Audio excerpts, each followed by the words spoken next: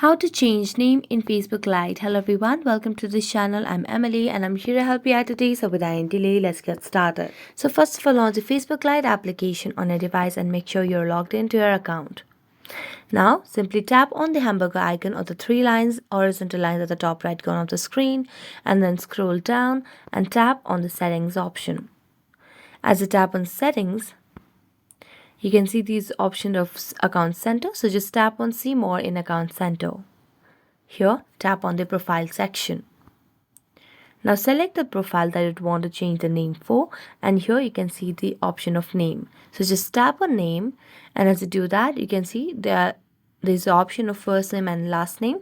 So you can just change it in whichever way you would want to add.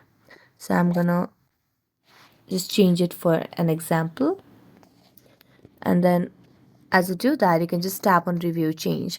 But mind you that if you change your name now, you cannot change it again for 60 days. So just tap on review change, and as you do that, you'll be able to change your name. So you can select whichever way you would want to preview your name, and then tap on save changes, and that's how you'll be able to change your name in Facebook Lite. So that's it. Thank you so much for watching this video, and see you next time.